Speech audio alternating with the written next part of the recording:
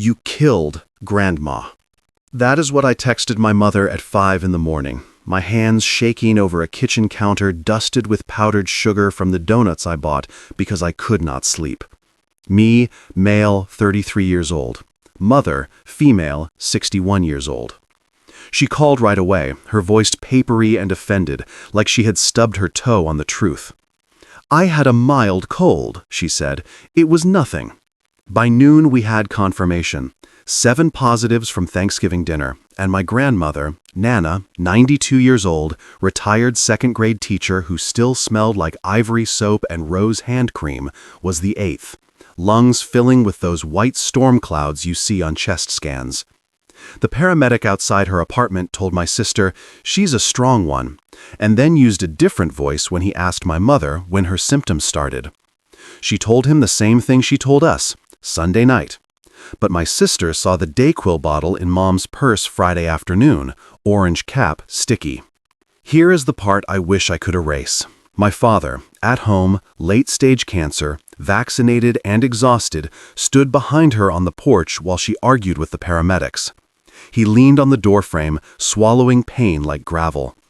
He is the reason I did not call her workplace, the assisted living facility where she is an administrator and where, by policy, everybody must be vaccinated. If I report her, he loses the insurance that's keeping him comfortable. So I watched the coffee go cold in my hands while she rode with the ambulance, and I texted my sister that I hated what I was about to say next, that we would not be coming back for a funeral. Not with our kids and their fragile lungs and the bronchitis that always turns into a hospital stay. Nana was the one who set a jar of buttons in front of me when I was 5 and said, "Find the ones shaped like stars." And I did, because I wanted to make her proud. The house smells like cinnamon when I think of her. I do not know how to mourn someone you are not allowed to touch. I do not know how to forgive someone who gave up the right to be in the room. When Mom answered my "You killed Grandma" with "How dare you," I said, "How dare you," and the line went dead. I stared at the powdered sugar on my finger, and I did not lick it off. The story she told was neat. She had natural immunity, antibodies from that early 2020 cough. Besides, she said, the vaccine makes people feel weird, and she had to work Thanksgiving morning at the facility, short-staffed like always, so she did not have time to feel weird. She wore her work badge even at home, like it proved she was useful. Only this time, the badge looked like a shield against consequences. My sister, Claire, 29 years old, sent screenshots of Mom's messages in the family chat.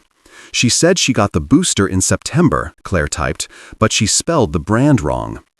My brother, Mark, 31 years old, replied with a string of question marks. Then, she told me they were checking cards now. The air in my house felt tight, like we had shut all the vents. The dishwasher hummed, brass spoons clinking against ceramic like nervous teeth. Devin, my next-door neighbor, 34 years old and a paramedic who has seen what happens when people believe they are the exception, came over that afternoon with coffee and sat on the steps. "People will bend the sky to make themselves right," he said, "but gravity still wins." He smelled like vehicle exhaust and sanitizer. I told him I was thinking of calling Mom's boss, anonymously, telling them she had lied. He took a long drink. "If you light that fuse now," he said, "you will blow up your dad's care too." He did not say what I needed him to say, that it would feel like justice. Because that is what I wanted, to balance the scale, to measure the lost with a consequence that bit back. But every road led to Dad sitting in pain in a dark living room. Every road led to Nana breathing through a mask while Mom told the nurse she hates hospitals. Mom still introduced herself as healthcare, like it was an absolution, a club with a secret handshake. When Claire called from the hospital parking lot, the sound of the EKG beeps leaked through the automatic doors. "She keeps saying it was just a cold," Claire whispered. The nurse asked for Mom's card, and she changed the subject. I imagined the card, imagined pixels and lamination, and something that looked official. I imagined the way denial can be printed, trimmed, and kept in a wallet. That night, my phone lit up with a new message from Mom. "You are being dramatic." I typed 3 words. "No, I am done." Her typing bubbles pulsed, then vanished. The house made a settling noise like old bones. The first time I understood how fast denial can burn down a family was last December, when my coworker Noelle told me about her husband's cousins. "They threw a Christmas party because it was all a hoax," she said, rolling her eyes so hard the whites flashed. "They invited their father, who was fighting stage 3 cancer, saying, 'Come on, Dad, do not be dramatic. It will be fun.' They took pictures by the tree, glittering garland, a cheese board sweating under warm lights, paper crowns from crackers slipping down foreheads. A week later, they were planning a funeral and arguing about who had brought it in. Noelle said the cousins kept insisting they had done nothing wrong. They murdered their dad with denial," she said, not flinching at the word, because sometimes the only honest nouns are ugly. That story settled in my chest like a stone. I remember the details Noelle did not know I noticed, how her hands clenched around her water bottle, how she did not finish the banana on her desk that day, how she paused before saying the word murdered and then chose it anyway. After Nana's positive test, Noelle texted me, "I am so sorry. I hope you do not have to find out what I found out."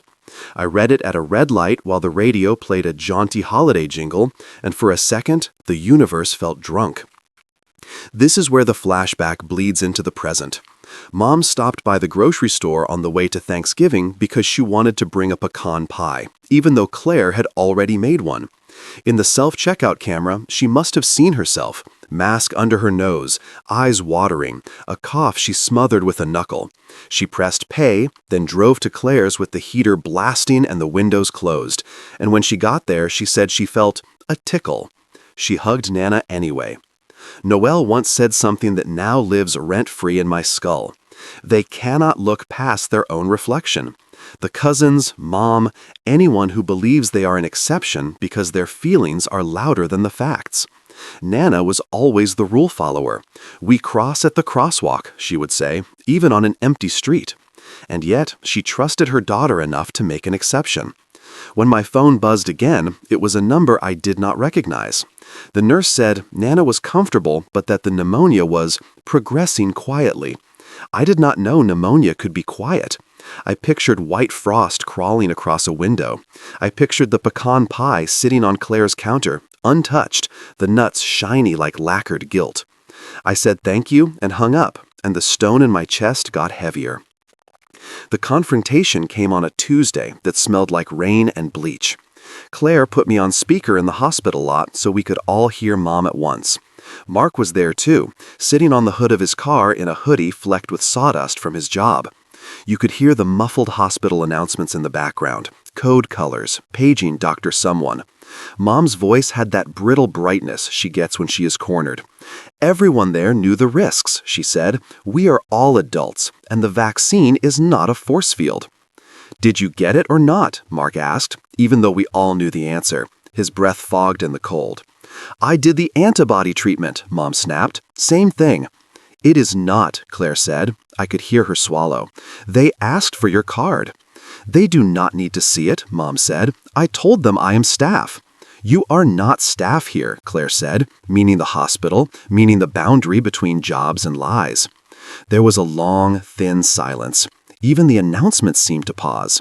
Then Mom said, "They would not let me in the room anyway. 92. She lived a long life." Like Nana was a statistic she could file, like grief could be triaged.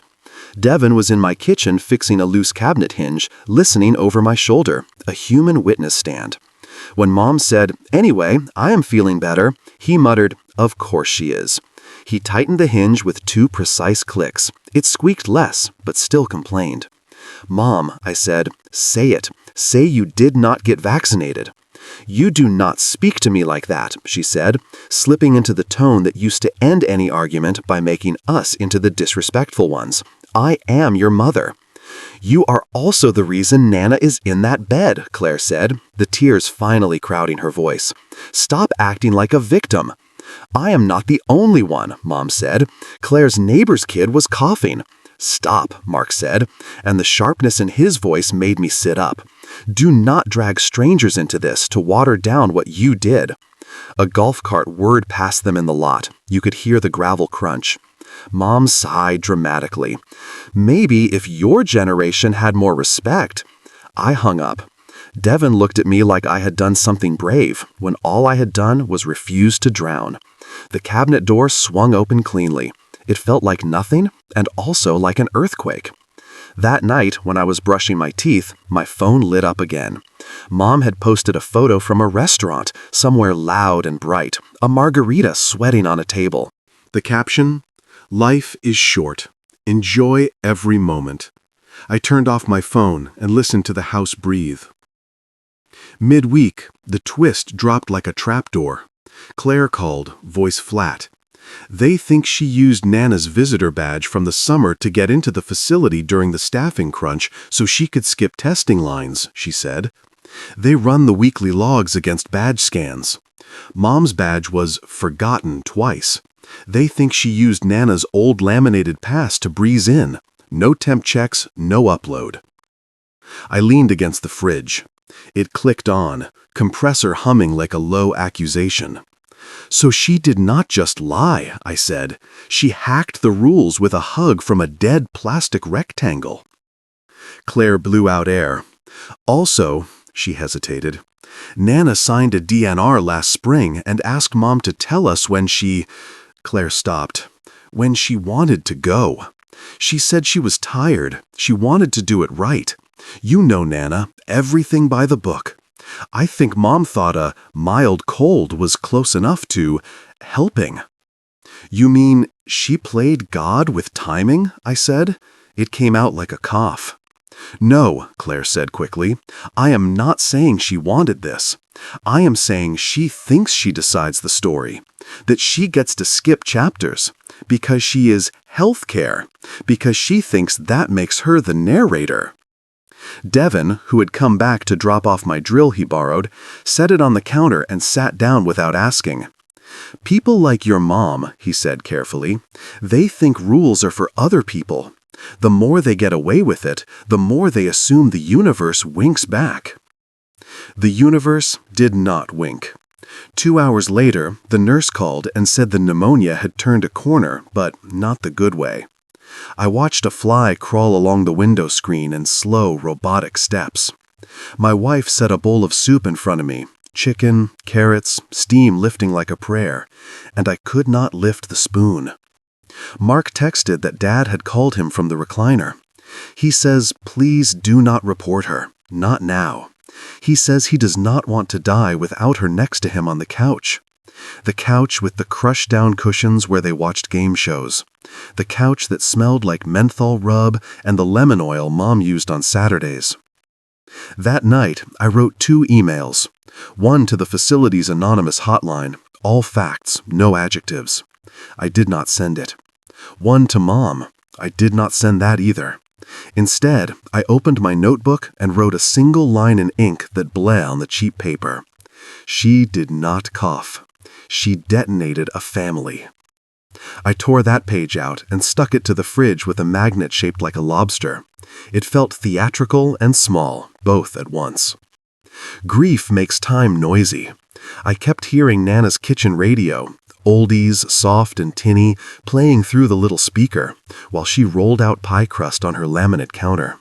The way she would tap the pie pan with her fingernail to see if it rang, then grin. She taught me to make wildflower ice cubes and to plant garlic in October so it gets the cold it craves. She called money mad money, stuffed into an envelope in the freezer behind the peas. When I was 12, I lied about breaking her porch light with a baseball. She knew and did not say anything until I brought her my allowance 3 days later. She kissed my forehead and said, "Truth is oxygen." I thought of that when the nurse told me Nana was asking for the quilt we made together.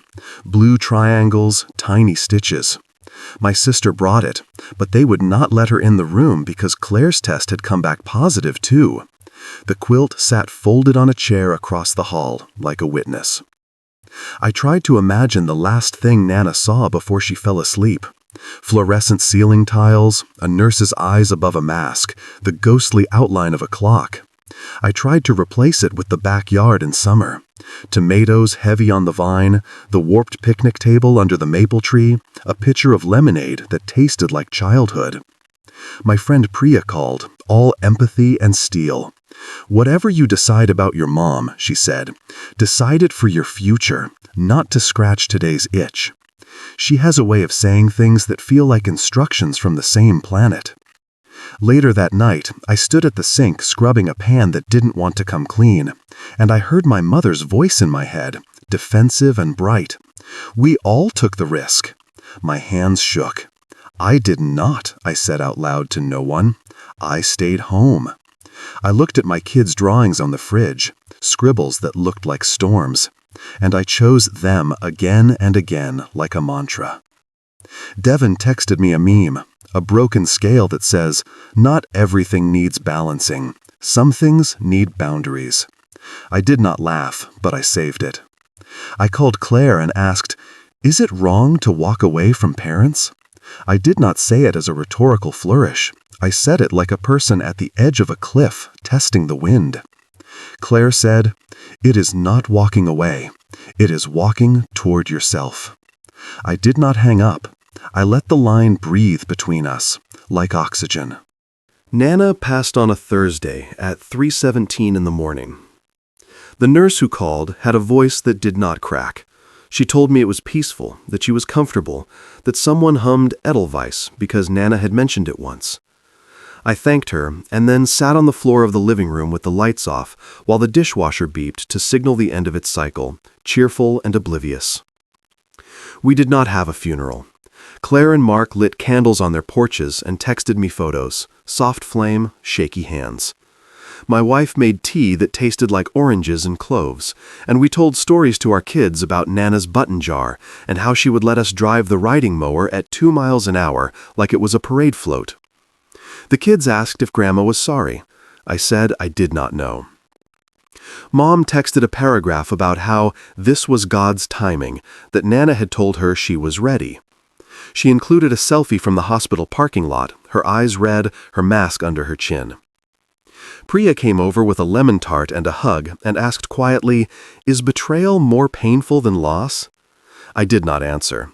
The tart was tart enough to make my jaw ache. Days passed. My father deteriorated gently, small nightly descents.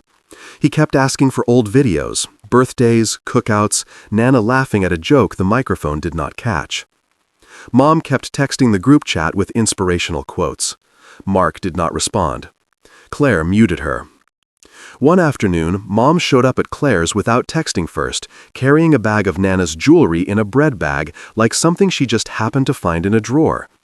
"We should divide these before they get lost," she said, and then, like she was reading from a script written by someone else, "I never meant to hurt anyone." Claire told her to leave. Mom stood there, stunned that the door had become a boundary. That night, I typed, deleted. Then I wrote, "Is peace worth more than winning the argument?"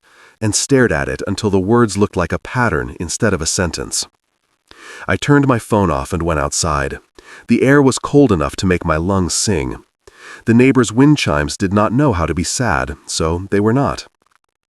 3 weeks later, we did something small and ours. We laid Nana's quilt over the back of the couch, poured hot chocolate into the mug she gave us when we got married, white with blue speckles, and passed around her recipe cards, the ones written in her careful teacher's cursive. We took turns reading one instruction each, like prayer beads. Mark FaceTimed from his car in the parking lot of a job site because he could not be inside with his crew but did not want to be alone. Claire put Nana's button jar in the middle of the coffee table like a centerpiece, its lid clicking shut after the kids' hands dove in. Mom texted an invitation to a celebration of life she had planned at her church. The flyer said, "No masks required."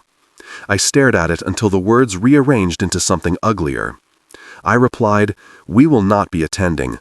Please do not plan anything in our names." She sent back 9 question marks, and then, "You are punishing me." I did not respond. Later, Devin asked me the question I had been gnawing on. Would you cut off people who caused this? He said it gently, as if it might break. I looked at the steam rising from my mug and pictured Nana's hands folding dough, the patience in them. Yes, I said, because if this is not a boundary, nothing is. We wrote a letter together, Claire and Mark and I. It was 3 paragraphs long. It said we loved her, that we were choosing distance for our family's health and sanity, that we hoped she would find help for whatever made her need to be right more than safe. We did not use the word forgive, we did not use the word forever. We printed it and mailed it, because we wanted the weight of paper and a stamp, the proof that this was not a text tossed into the void. At the bottom, I wrote a line that felt like a stone skipping. When you are ready to sit with what happened without making it smaller, we can talk. I did not know if that day would come, but I left it like a light left on in a far room. We ended the night with hot chocolate mustaches on the kids and the radio low. Someone on the late-night station played Edelweiss, and nobody said a word. The house felt less haunted. Not healed, just aired out. Spring edged in. Daffodils made their ridiculous yellow faces. My father worsened. He watched old westerns and held Mom's hand, and sometimes asked for Nana like she had only stepped into the kitchen. Mark and Claire rotated deliveries, casseroles, groceries, blankets. I did not go inside. I waved from the driveway. Mom would not meet my eyes. She wore a necklace I recognized from the bread bag. It caught the sun like a flashbulb and then was just a pendant again. One Sunday she tried to corner me by the hedges. "You have made your point," she said. "Enough." "I am not making a point," I said. "I am making a life."